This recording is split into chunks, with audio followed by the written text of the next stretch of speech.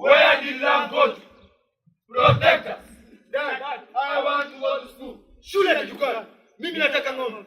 FTM, is it actually? Stop it. Why are you so deep? Stupid to cows. Why have you become beast and mad? My life, my right, my choice. Police, aka Afan, you should protect us. Can you protect yourself? Captain, Baragoy, police, massacre. Where are the rights? Inhuman treatment to subject and conflict. My life, my right, my freedom, my right. Leaders, grabbing school lunch from kids.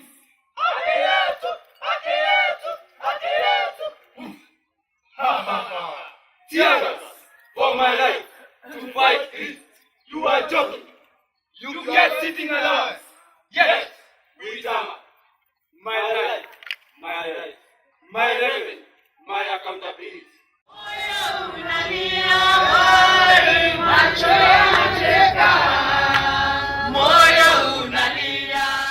The journey to defense of human rights in Kenya dates back to pre-colonial Kenya and especially during the struggle for independence. The need for citizens to freely express their needs without the feeling of oppression or a biased response at the time could be one of the genesis of the rise of human rights defenders in Kenya. Through the years, the growing practice of democracy has continued to strengthen the existence of human rights defenders, and today, one of their biggest fruits is the new Constitution of 2010, which dedicates a chapter on the Bill of Rights. It is this Bill of Rights that has strengthened other chapters within the Constitution and further led to the formation of varied institutions that safeguard key rights for Kenya, including the Kenya National Commission on Human Rights. In light of the above constitutional gains, KNCHR launched a 2-year partnership with the European Union on 25th February 2015 at Huruma grounds, which aims at enhancing the capacity of grassroots human rights defenders. Running under the theme Mobilizing Community Support for the Work of Human Rights Defenders, the project work will focus on Busia, Marsabit, and Kwale counties. A mapping exercise of human rights defenders in the 3 counties conducted in November 2014 set the ground in motion for the project, a summary of which is published in a report, Champions of Rights, a report on the situation of human rights defenders in Busia, Kwale, and Marsabit counties, which was launched on the same day.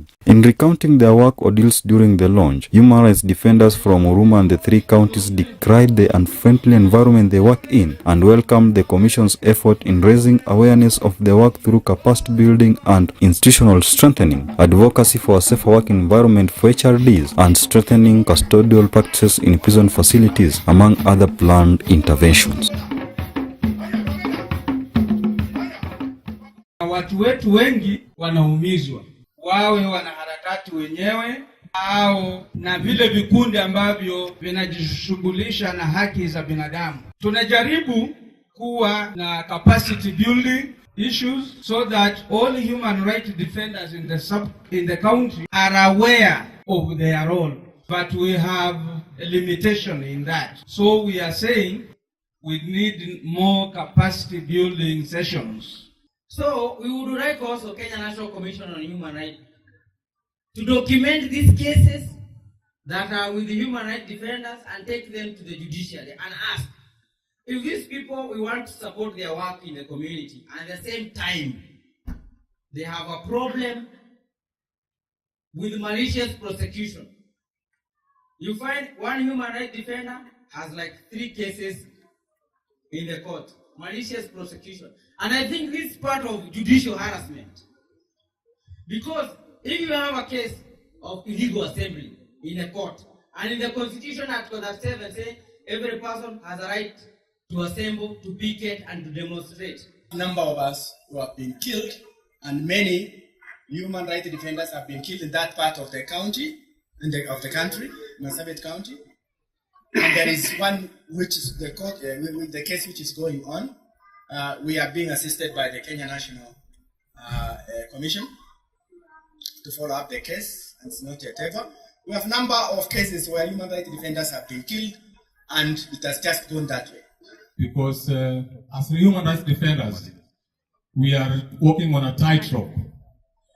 A tightrope because the security agencies are looking at us as perhaps siding with the alleged terrorists.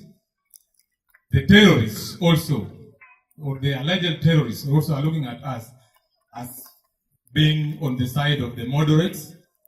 And so we are very vulnerable. And for that reason, we need a lot of support from Kenya National Commission on Human Rights. KNCHR Commissioner Susan Shivusia recognized some of the challenges experienced by human rights defenders and assured them that the Commission will work in a joint initiative with them in advancing human rights. Some face physical surveillance and discrimination by both state agents and the public. Some have even been denied employment by state agencies. There is the issue that was touched on of enforced disappearances and also extrajudicial killings. There are many. However, there are many impediments that we are facing. But what we are saying is that we will continue doing our work, and it's important that we support each other in this. And we have various partners willing to fund our work.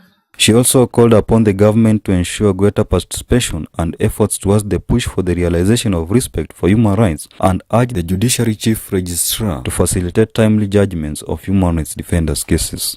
Tunajua kwamba the government is the duty bearer and it has responsibility of opening up the environment under which human rights defenders operate. Ms. Ann Amadi, the Judiciary Chief Registrar and the event's chief guest, acknowledged the critical role of human rights defenders and the challenges they face. To this end, she said that the judiciary is targeting to clear 15,000 cases from the backlog in the civil division. Too often, the defenders themselves end up becoming victims of human rights violations. The fact that human rights defenders may criticize the government and other authorities should not be seen as something negative or unpatriotic, but as a prerequisite for change, where we anticipate to remove at least 15,000 cases from the backlog. Although we are doing this in the civil division, we propose to carry this out even in the criminal division. The European delegation representative at the launch underscored the KNCHR role in promoting and enhancing human rights in the country before the Chief Registrar officially launched the Human Rights Defenders Report. In attendance too were the Kenya National Commission on Human Rights Chief Executive Officer Patricia Nyaundi. The Commission envisions that by the end of the 2-year project, there will be greater understanding and support of the work of human rights defenders in the communities they serve, and further greater respect of their work by especially state actors. We also hope that there will be observance of the rule of law by all if human rights are to be enjoyed in totality. Kenya taifa letu tukufu, Kenya tunayoipenda daima. Mwenye kupenda Kenya ni yule mwenye kutenda haki kwa watu wote daima. Wenzangu, Kenya kipenzi chetu, hatutaiacha daima milele. Wenzangu, Kenya kipenzi chetu, hatutaiacha daima milele. My life, my rights, my education, my choices. Thank you.